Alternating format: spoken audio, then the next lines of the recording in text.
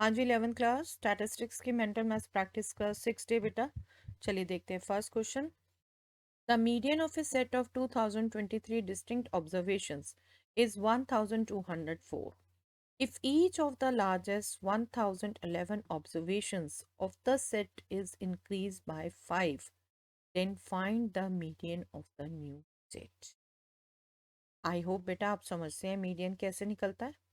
आपको 2023 एंट्रीज का मीडियन बोला है 1204 है, और आपको कह रखा है कि लार्जेस्ट जो एंट्रीज हैं 1011, उस हर एंट्री को 5 बढ़ा दिया गया है। तो नया मीडियन क्या होगा? सोचिए बेटा, बताइए।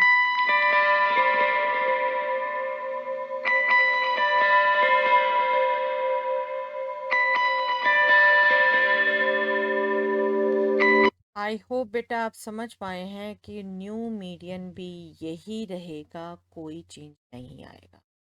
देखिए, आपको 2023 एंट्रीज दे रखी हैं। दैट मीन्स जो मीडियन है वो मिडल वाली एंट्री होगी इसकी, दैट इज 1112। इसके लेफ्ट में 1011 एंट्रीज, इसके राइट में 1011 एंट्रीज।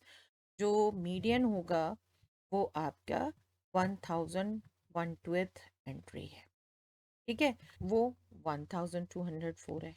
ओके, आपको क्या कहा है, जो लार्जेस्ट 1011 ऑब्जर्वेशंस हैं उनको इंक्रीज कर दिया बाय 5, मतलब ये वाली एंट्रीज को +5 कर। ठीक है, लार्जेस्ट यही मिडल से राइट में। पर मीडियन क्या होता है बेटा? Exact middle value. Exact middle तो यही रही ना, एंट्रीज तो नहीं बढ़ाई। एंट्रीज जो थी उनकी वैल्यूज को बढ़ाया, एंट्रीज तो उतनी है 2023, तो मिडल तो अभी भी यही रही। ये 1012th एंट्री जो होगी वही मीडियन रहेगी, मतलब 1200। आई होप आप कैलकुलेट कर पाए हैं। चलिए next question. Find the mean of the following data.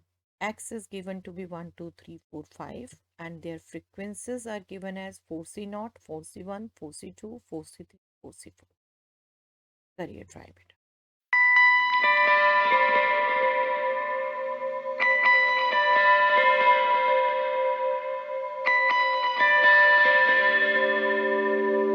Yes, देखिए आपको पास्कल ट्राइंगल से ये वैल्यूज पता है। 4C0 is 1, 4C1 is 4, 4C2 is 6, 4C3 is 4, 4C4 is 1। ठीक है, और आपको मैं याद दिलाऊं, यहाँ पर मैं आपको नहीं कहूँगी समेशन f(x)/f सोचो। देखो, ये फॉर्मूला आप सबसे पहले लगाने लग जाते हो बेटा सभी बच्चे। ठीक है, लेकिन आप भूल जाते हो शॉर्टकट मेथड मीन का। Assumed mean plus summation fi(ui) divided by summation fi। हाँ डेफिनेटली यहाँ इंटू एच होता है, बट यहाँ पर 1 1 का ही गैप है बेटा, h1 ही होने वाला है। यहाँ पर अब आप देखो ऑब्जर्वेशन, ये सारे एंट्रीज में जो फ्रीक्वेंसीज हैं इक्वल गैप है। जब एज्यूम मीन आप 3 को मानते हो, तो 3 के सामने वाली एंट्री, ये जो आपका fi(ui) बनेगा वो आपका बनेगा 0। ठीक है, 0। और उससे पिछली और उससे आगे सेम गैप रहने वाले हैं। ओके, एक बार मैं आपको टेबुलर फॉर्म में समझाती हूँ ताकि आप अच्छे से विजुलाइज कर सको, और देन इसको ऐसे मेंटली अप्लाई कर सको। ऐसा जब भी डाटा आए आप बहुत क्विकली निकाल सकते हो बेटा, अगर आपकी ऑब्जर्वेशन अच्छी है। देखिए, ui आप निकालते हैं xi minus A by H. H यहाँ पर 1 है। ठीक है, ए आप मानेंगे 3 को, तो इसके सामने वाली एंट्री 0, फिर ये -1, फिर ये -2, और इधर 1 2। ये आती है, ये तो आप याद ही रखते हो ना, क्योंकि हम एक बार पैटर्न समझ चुके तो हम सीधा कैलकुलेट करते हैं। अब ये फ्रीक्वेंसीज भी एकदम सेम होने की वजह से क्या हुआ बेटा आपका, देखिए ये -2, ये -4, ये 0, ये 4, ये 2, तो ये सम जो आपका समेशन एफ आई यू आई आना है, दैट विल बी जीरो। अब ये जीरो हो गया तो आपका मीन क्या हो गया, एज्यूम मीन प्लस ये पार्ट जीरो, तो सिर्फ एज्यूम्ड मीन। ओके, तो आपकी जितनी कीन ऑब्जर्वेशन रहेगी, आपको ये फॉर्मूला अच्छे से याद है, आपको पता है यूआई तो आपके ये सिमेट्रिकल आने होते हैं, और एंट्रीज 5 हैं, तो बिल्कुल इधर जितने नेगेटिव होंगे उतने ही उधर पॉजिटिव होंगे। बट ये भी सेम चल रहा है, तो आपको बेनिफिट मिल गया, summation F I you I zero है। कितना बड़ा बेनिफिट मिल गया बेटा, फटाफट जो एज्यूम मीन है वही मेन मीन हो। ओके, तो आपकी कैलकुलेटिव पावर जो सब्जेक्टिव में आपने प्रैक्टिस की हुई है ये सारी, वो यहाँ पर एकदम क्विक आपको हिंट देगी, यस ये आंसर। ओके, ये करने की जरूरत नहीं है, वहाँ आपने प्रैक्टिस की हुई है ये खूब regular. Okay, I am sure कुछ बच्चे जरूर निकाल पाए होंगे और बाकी को अब समझ आया होगा बेटा। चलिए, find the mean of 90 91 92 99। Yes, in numbers का मीन निकालना है बेटा। करिए यूज बाइनोमियल कोफिशिएंट और स्टैटिस्टिक्स। चलिए करिए ट्राई।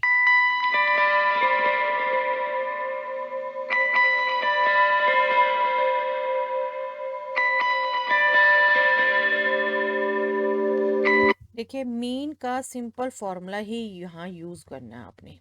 कितनी एंट्रीज हैं ये, 10। 10 से डिवाइड करोगे आप इन सब एंट्रीज के सम को, 90 91 92 अप टू 99 का सम, जो कि क्या होता है 2 पावर 9। 2 पावर 9 आप याद रख लीजिए बेटा, NC0 NC1 up to NCN, ये सम 2 पावर n है। नहीं याद अभी तक तो कर लीजिए, ठीक है। यही रिजल्ट हमने बस यूज किया, 2 power 9 divided by 10। 2 power 9 I hope सबको याद रहता है बेटा, बहुत बार यूज कर चुके हैं हम। 512 डिवाइडेड बाई 10, तो 51.2 इज द, ओके। चलिए next, find the mean deviation about median of the following data. Mean deviation about mean median कैसे निकलता है, वो अगर आप समझते हैं तो डाटा देखिए कैसा है, करिए ट्राई बेटा।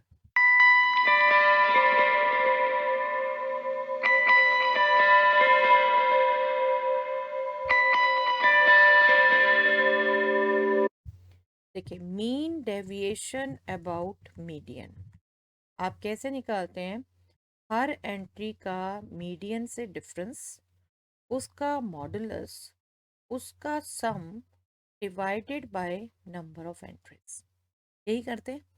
अब आप यहाँ देखिए कितनी इजीली ऑब्जर्व कर सकते हैं, इंक्रीजिंग ऑर्डर में दे रखा है और एंट्री आपकी 10 है, तो जो फिफ्थ एंट्री होगी वो आपका मीडियन हो गया, दैट मीन्स मीडियन आपका 3 हो गया।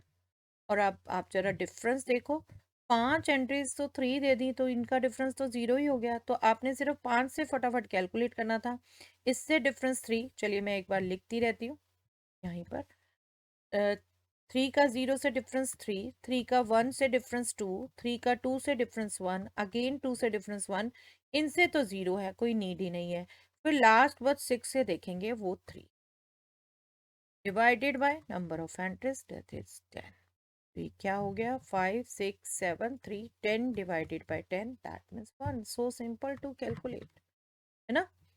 आप ये मत सोचिए कि फॉर्मूला, क्योंकि आपको सब्जेक्टिव में जो क्वेश्चन दिए हैं बेटा, बिल्कुल उनकी कैलकुलेशन उस हिसाब से होगी।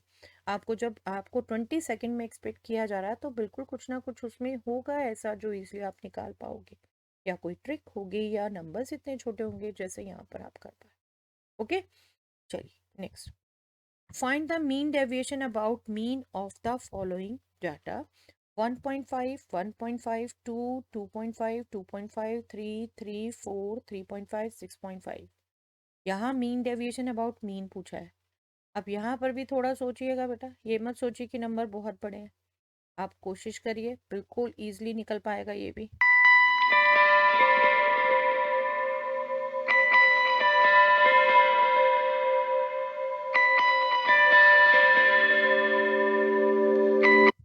आप यहाँ पर मीन देखो बेटा, अगर ऑब्जर्व करो, ये आपका 3, 5, 8, 10, ठीक है, 10, 16, 4, 20, 30, 30 डिवाइडेड बाय 10 इज 3, तो मीन आपका हो गया 3। अब ऐसे फटाफट आपने ऑब्जर्वेशन करनी है बेटा, ये आपका डिफरेंस, जो आपका मीन डेविएशन अबाउट मीन निकालोगे, डिफरेंस का मॉडुलस करना है, ठीक है, मीन डेविएशन अबाउट मीन 1.5, 1.53, 1, 4, 0.5, 0.51, 5, 0, 0, ठीक है, 5 यहाँ हो गया 1, 6, 6, और इससे डिफरेंस 0.5, इससे डिफरेंस 3.5, 6 और 4, 10, 10 डिवाइडेड बाय 10, ये भी आपका 1, ठीक है।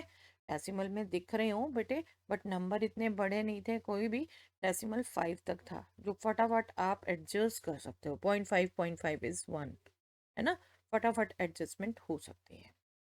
चलिए, यहाँ स्टैटिस्टिक्स की मेंटल मैथ्स प्रैक्टिस कंप्लीट होती है बेटा। अब सिर्फ एक चैप्टर रह गया है, प्रोबेबिलिटी, उसको भी हम कल से करेंगे। चलिए, आज के लिए इतना ही।